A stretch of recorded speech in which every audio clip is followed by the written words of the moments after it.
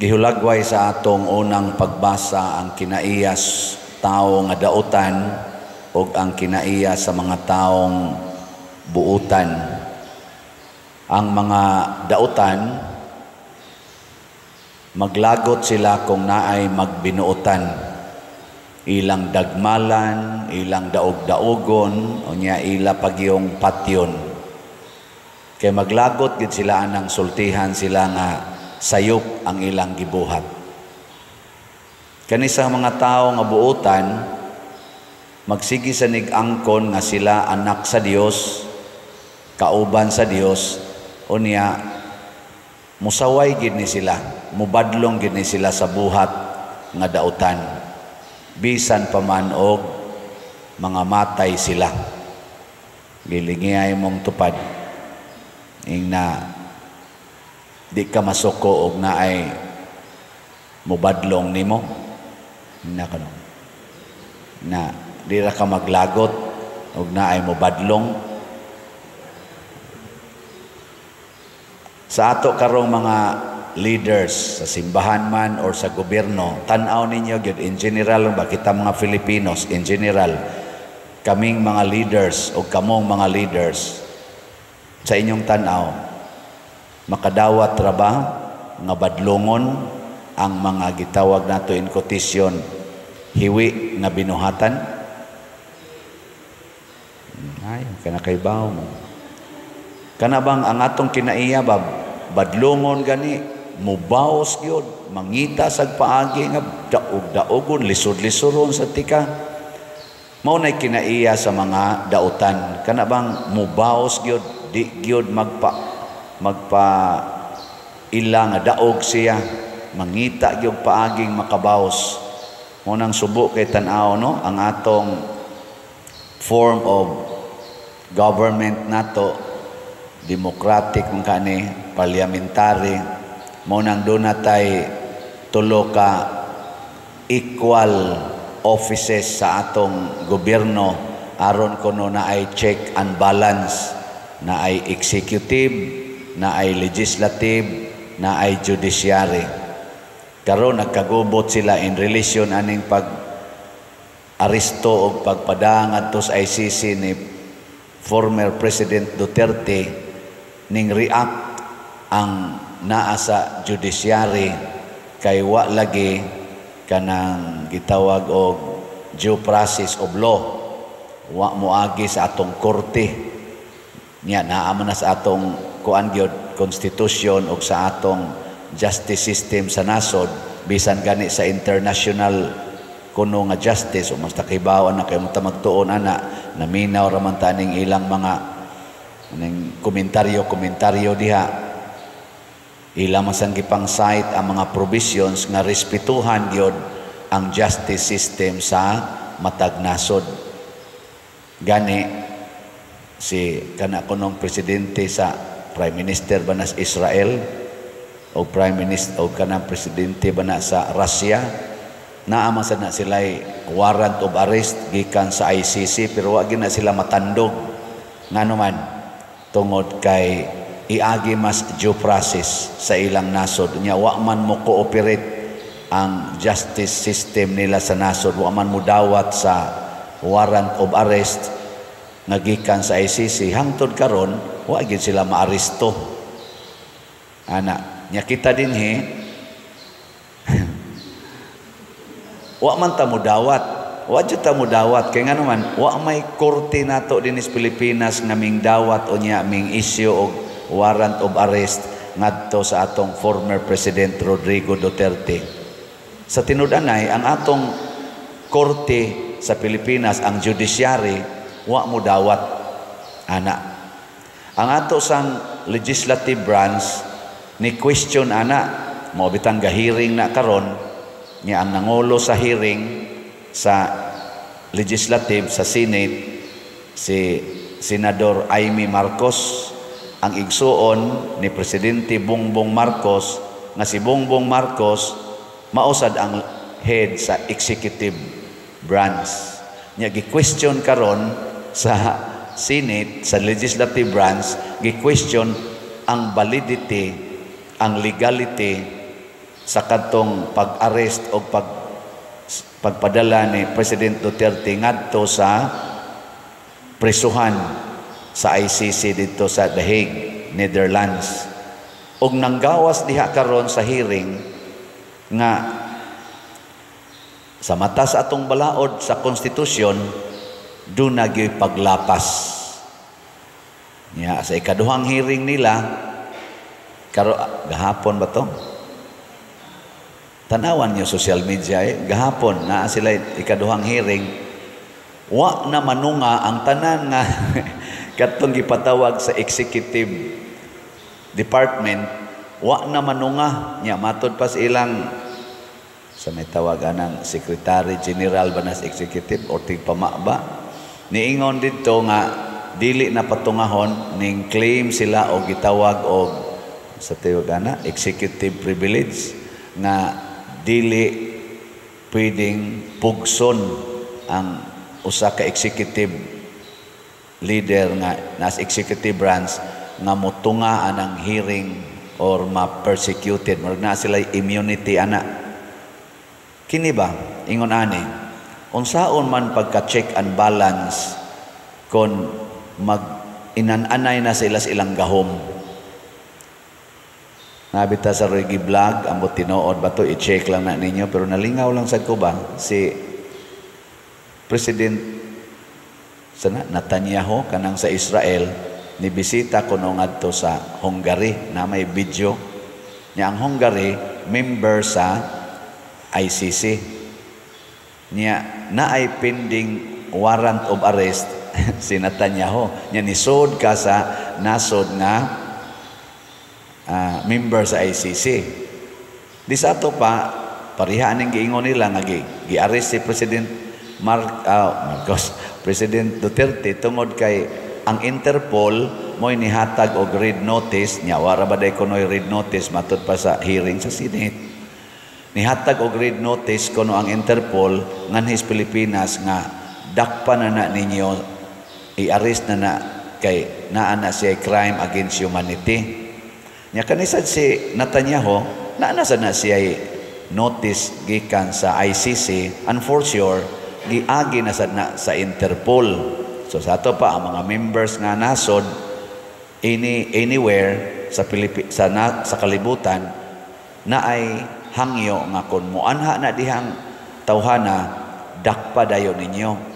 Kung sa may gibuhat sa Hungary, gipasidunggan ra si Netanyahu dito.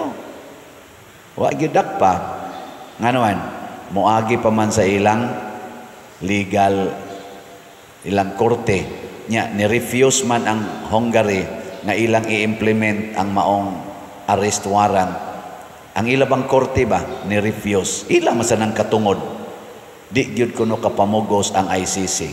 Nakaron unsa may nigawas nga taho ang spokesperson sa ICC gitug-an gid nila na kining pagpadaan ngadto ni President Duterte ngadto sa ICC gitan-aw sa ICC nga valid nganuman kay bisag wa sila jurisdiction dinhi bisag way korte nga ni-recommend gisurrender man di ay sa atong government sa ila ditong side ba ang tan-aw nila gisurrender nato ang atong citizen nga mao si President Duterte ngadto sa ICC nga korte.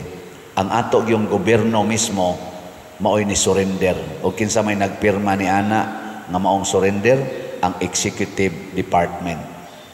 Gisurrender. Nya dawaton man nila, di man nila balibaran. So ang manubag karon ang ato gidi ay executive department. Mo nang gahiring sila. So iyan po na to magkahusay ni silang tulo. Kay check and balance man na executive basig magpataka lag execute nilapas na di ay sa atong mga balaod o niya ang legislative mausay muhusay kung naa may kuwa nga balaod mo nang ilang gihiring in aid of legislation aron dili na mautro ang maong hitabo mabutangan dayog balaod niya kanang maong balaod interpreto na ipatuma na pinaagi sa pag-interpret sa atong judiciary o niya ang executive mag-agad sa interpretasyon sa judiciary. aron ma-properly implemented ang legislated, promulgated nga balaod.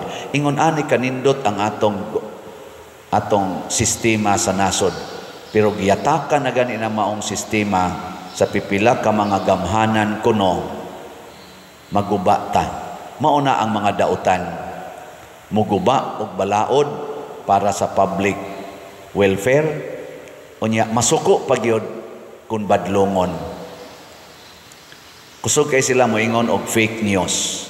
Fake news. Gani gipang contempt na tong uban, gipang supinahan ng uban nga mga gitawag og mga fake news vloggers. Ana.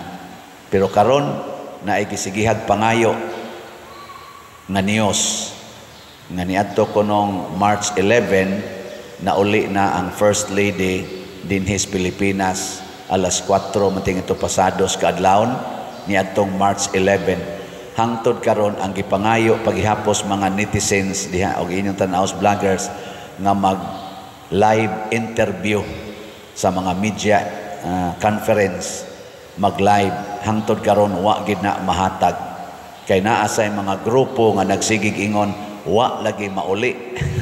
Nya nasa moingon ang taga-executive department nanalagi nanas Pilipinas ang kanila sa speakers ay wa lagi gi-approve ko na approve. Wa pagid ni sila magkasinabot nganuman. Ambot lang. Muna kita maminaw lang ta. Nauli na ba o wa pa? E pangbata ni tubag pa. Nauli na o wa pa? Ambot lang. Atong huwaton og ang kuana na ang pruiba ana live interview sa media nga patambungan dili lang sa kanang mga pro-administration nga media kung dili hangtod sad sa mga dili biased nga media. Kana bang way gidapigan aron klaro ang paghatag og impormasyon. Kani gamay ra kay ni siya nga gamay o dako ba ni kay na-related man ni atong kamatayon sa usas atong mga Filipinos nga namatay dito sa US. na sensationalize kaya na dungan-dungan gid na pagka dakop sad pag-aresto ni President Duterte katong namatay sa dito sa US o kani karong kontrobersiya na ay fake news na asay tinuod nga news.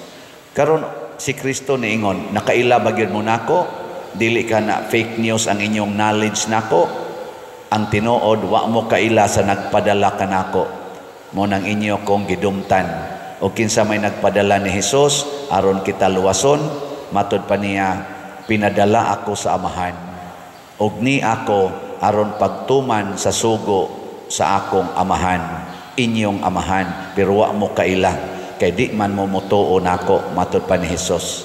Kita sang tanan mga igsoon pulos ta mga makasasala tungod kay wa na ta katuman sa misyon nga gihatag nato sa atong langitnong amahan na ilad ta siyawa mo na ang atong buhaton mobalik ta sa pag-ila nga kita di aing tanan anak sa Dios gilingay mong tupad ing na kaybaw kang anak ka sa Dios ing na kuno na kaybaw ka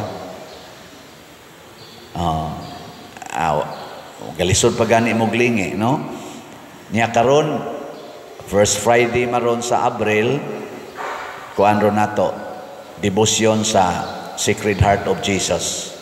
Kining atong kasing-kasing mao gid unta ang moila nga anak tas Ginoo. Aron ma-check nato ba nagbuhat pa bata sa buhat isip anak sa Dios? Nya wa na ganita magbuhat maghinulsol mo na gitawag og repentance mo na sa atong tubag sa Salmo niingon ta ang Ginoo haduol sa mahinulsulon og kasing-kasing. Kitang tanan pulos ta sad-an.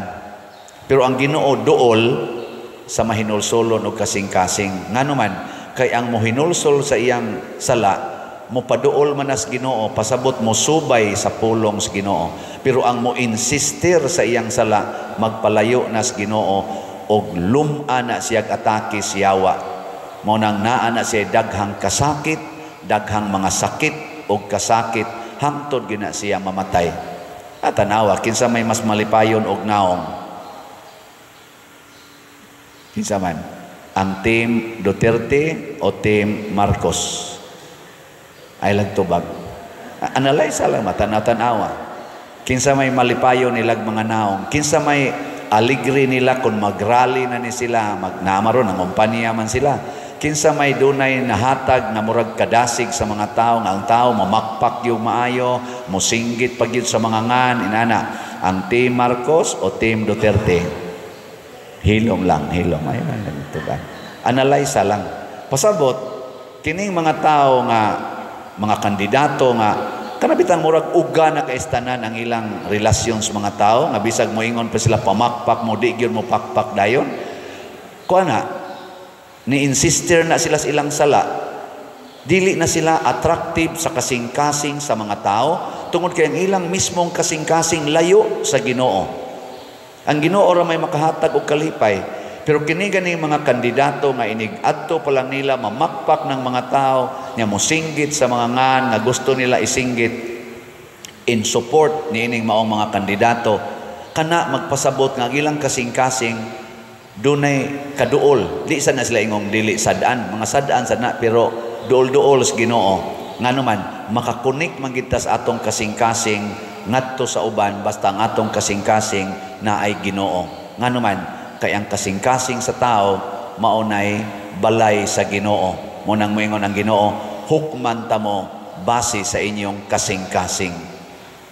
Gilas na lang lingi sa imong tupad ing na ay slot diha sa imong kasing-kasing. Ina na ay slot diha. Ana, hinaut unta mahigugma mo sa atong mga slots. Aron mo dali ra ning mahalin, labi na gining atong kuan kaning atong para sa parokya. Sige, tagaan ta mo update, bahala nag-abutan tag alas 9. Sa atong SBF dag para sa kumbinto, ang atong halin as of yesterday niabot nag 54,335 ka slots, na apay 5,665 ka slots nga available, tag 500 pesos per slot. Naani 16 slot challenge nga tag 8,000, nakadawat na sa tag 508 ka 16 slot challenge. Ang atong para sa atong Holy Week o sa atong Fiesta Celebration, kining God's Healing and Deliverance Powers, GHDP, ang atong halin niabot nag 15,856, na apay 54,144 slots nga available, tag 100 pesos per slot. Nya na ni 12 slot challenge nga tag 1,200, 559 na sad ka challenge atong nadawat. Nya katong itabang natong Father Arnel iyang parokya, katong haligi para ni Mama Mary, na apay nanatay halin nga 9,252, 2,748 na lang yod ang atong kuwang. Hutdan lang ninyog palit, tag 100 pesos rani. Nya na ni 20 slot challenge nga tag 2,072 na sad ang atong nadawat. So pakpakan nato ang namalit na tog slots. Salamat kayo. Kani namalit og slot, ang kasing-kasing ani nila na ay Ginoo. Mahinulsolon ang ilang kasing-kasing. Ang ilang kadaw, ilan ang gibuntog aron makapaambit sila ngan hinato sa simbahan, ug maghatag sad ni kalipay sa simbahan ug sa mga tao nga makatagamtam niining atong gipang himo karon. So hinaut unta iampo nato ato mga leaders na sa executive, na sa legislative, ug naa sa judiciary, nga mga dagko gini sila, mga inilan ning mga tao ato ning gibutaran kadaghanan nila. Hinaut unta mahinulsolon sad ug mapaubsanon ang ilang kasing-kasing aron makalipay sila sa atong katawhan. Manindog ta.